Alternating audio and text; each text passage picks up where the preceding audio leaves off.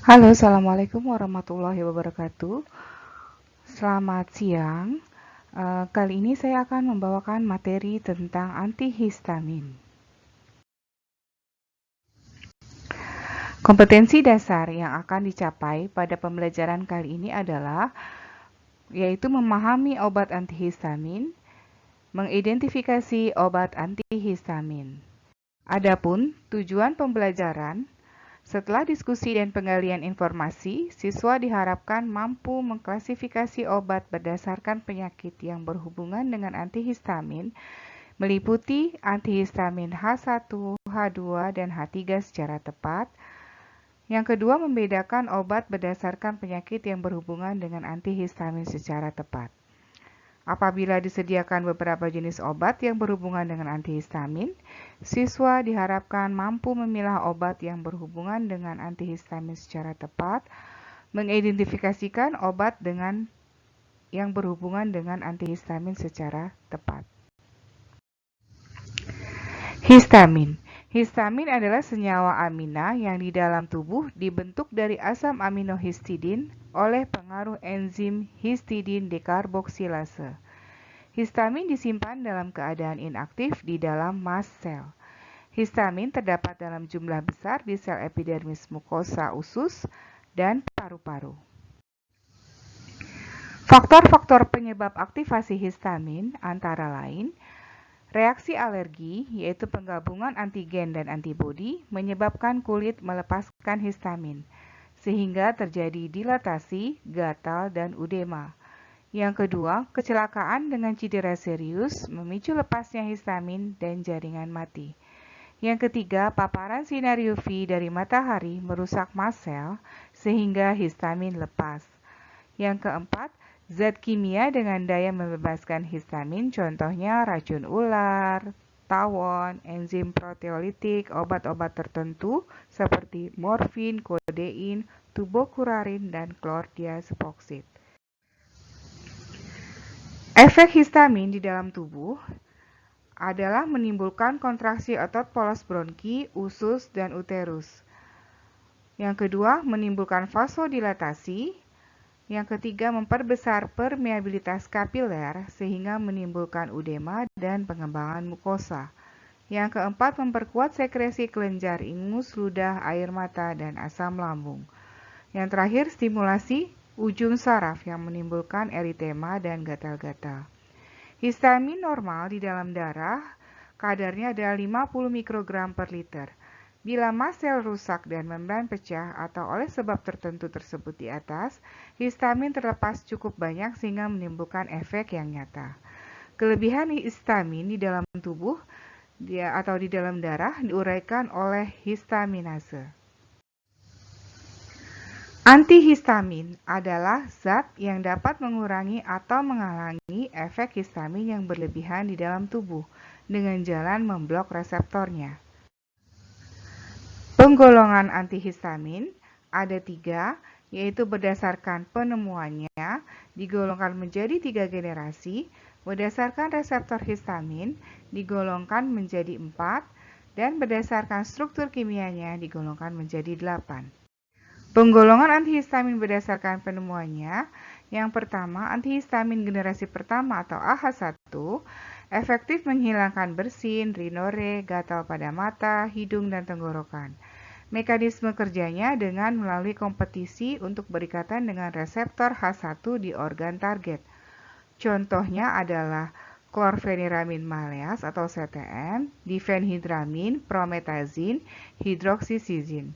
Efek sampingnya menimbulkan sedasi karena bersifat lipofil sehingga bisa menebus sawar darah otak sehingga dapat menempel pada reseptor H1 di otak.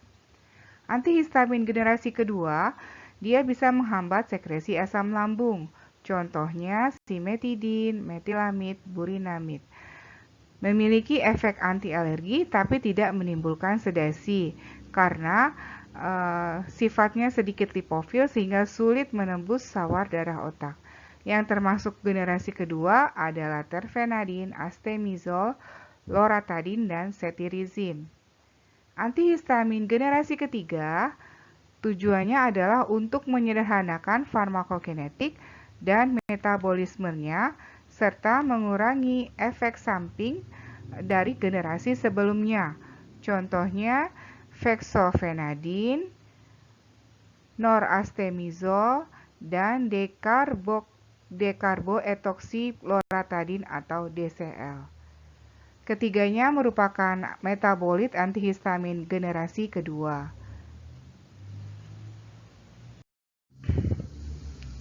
Selanjutnya, penggolongan antihistamin berdasarkan reseptornya. Ada antihistamin H1 atau H1 blocker, menekan reseptor H1 di otot polos dinding pembuluh darah bronki, saluran cerna, kandung kemih, dan rahim, kapiler, dan ujung saraf, dengan efek simptomatis. Digunakan untuk asma, alergi, high fever, sengatan lebah, urtikaria, kurang nafsu makan, Parkinson, hipnotik sedatif, dan shock anafilaksis.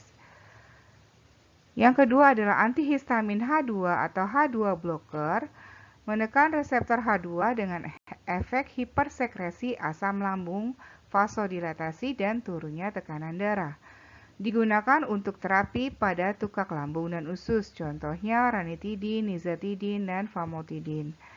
Antihistamin H3 atau H3 blocker terdapat pada sistem saraf yang mengatur produksi dan pelepasan histamin pada susunan saraf pusat. H3 blocker menyebabkan migrain dan nootropik, sedang diteliti untuk obat Alzheimer. Contohnya imetid, imepib, clobenpropid, dan iodoproxifan.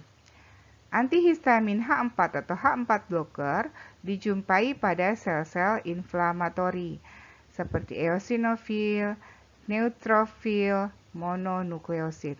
Digunakan untuk obat antiinflamasi dan alergi, contohnya topiramate. Penggolongan antihistamin berdasarkan struktur kimianya ada 8, yaitu yang pertama turunan etanolamin.